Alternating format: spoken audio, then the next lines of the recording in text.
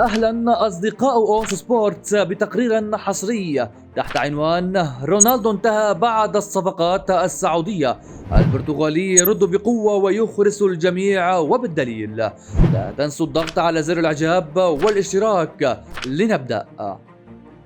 في حالة رونالدو الرد دائما ما يأتي في الملعب.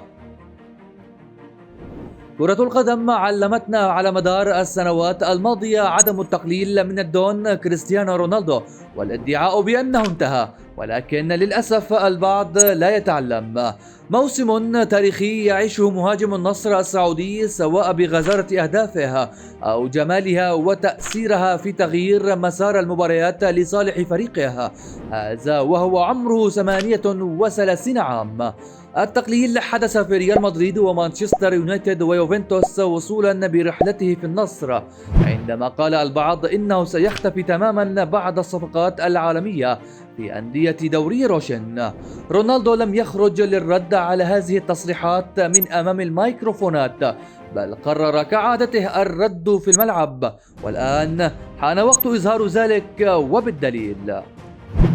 روبرتو فيرمينو البرازيلي أنهى رحلته مع ليفربول في الصيف من أجل المساهمة في طفرة الأهلي، والبداية كانت خيالية. فيرمينو سجل هاتريك في أول مباراة له، ولكن بعدها لم ينجح في التسجيل في أي مناسبة أخرى، ليعيد للأذهان ما حدث من انخفاض في مستواه مع الريدز قبل الرحيل.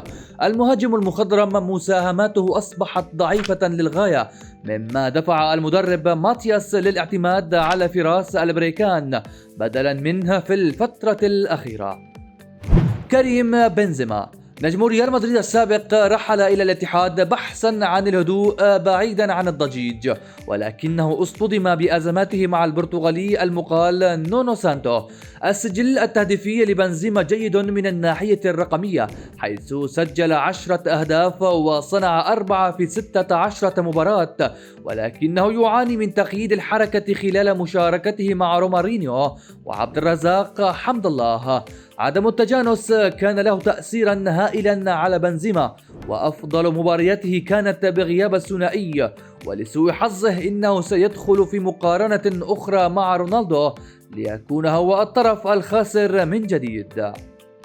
رياض محرز نجم مانشستر سيتي السابق لا يمكن اعتباره كصفقة فاشلة بأي شكل من الأشكال، لكنه الأكثر صناعة للأهداف في الدوري السعودي ب7 أهداف، ونجح في تسجيل نفس العدد بكل البطولات.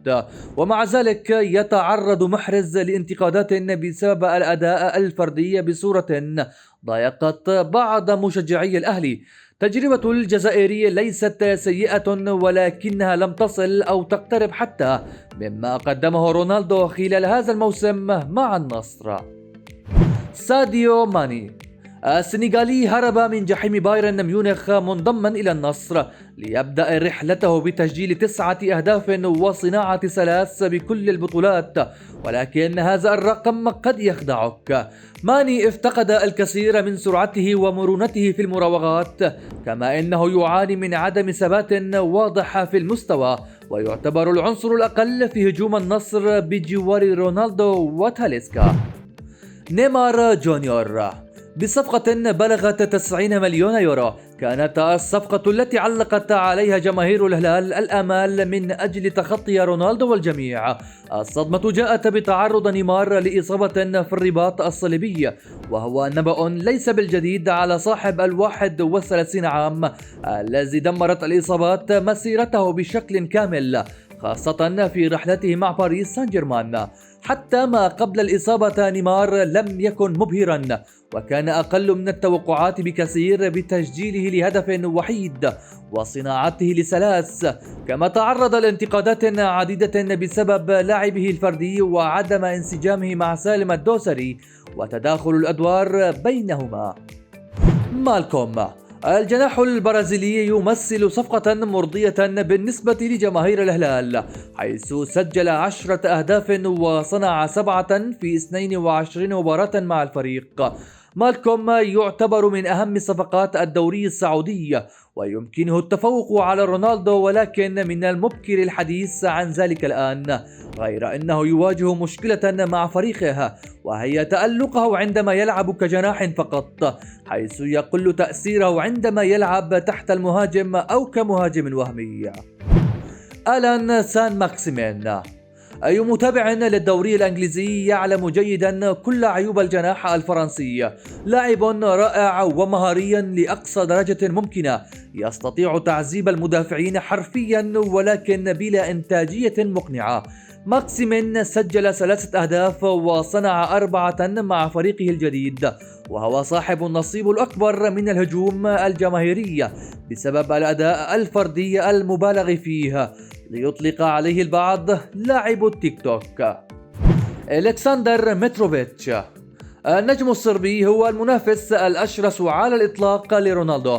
عندما نتحدث عن الأرقام فإنها تنصفه بفارق واضح عن الجميع. سجل 20 هدفا وصنع 4 في 23 مباراة بكل البطولات، وهو رقم مذهل لا يتكرر كثيرا. بالأرقام متروفيتش أفضل من رونالدو في التسجيل بكل البطولات ب20 هدفا مقابل 18 للبرتغالية. مشكلة متروفيتش الوحيدة هي اقتصار أهدافه على وضعيات معينة، أغلبها من العرضيات، لكن هذا لا يمنع أن يكون هو المنافس الأشرس لرونالدو في الوقت الحالي. يانيك كاراسكو. تمتع ببداية جيدة مع الشباب، كما لمع في بعض المباريات الكبرى مع الفريق، ولكنه لم يصل إلى ما فعله رونالدو أيضا. كاراسكو سجل 6 أهداف وصنع 4 في 14 مباراة، وهو رقم جيد فقط. كريستيانو رونالدو الأفضل على الإطلاق. الجميع كان مستعدا للانقضاض على النجم البرتغالي واتهامه بالانتهاء في ظل النشاط الهائل لأندية دوري روشن السعودي في السوق الصيفي، ولكن رونالدو رد في الملعب. رونالدو هو اللاعب الأكثر تأثيرا حتى الآن في السعودية، بتسجيله ل18 هدفا وصناعة 9 في 20 مباراة، أي إنه ساهم في 27 هدفا في 20 مباراة. الأمر لا يقتصر فقط على الأرقام، بل تأثيره وحسمه للعديد من المواجهات لصالح النصر، بالإضافة للأهداف الرائعة التي أعادت للذاكرة أهدافه مع مانشستر يونايتد وريال مدريد ويوفنتوس. البرتغالي أسكت الجميع كعادته، ولكن السؤال الأهم: هل يمكن تتويج ذلك ببطولة مع النصر؟ هذا ما سنعرفه بنهاية الموسم. وصلنا إلى نهاية التقرير، لا تنسوا وضع زر الإعجاب، وإلى اللقاء في حلقة جديدة.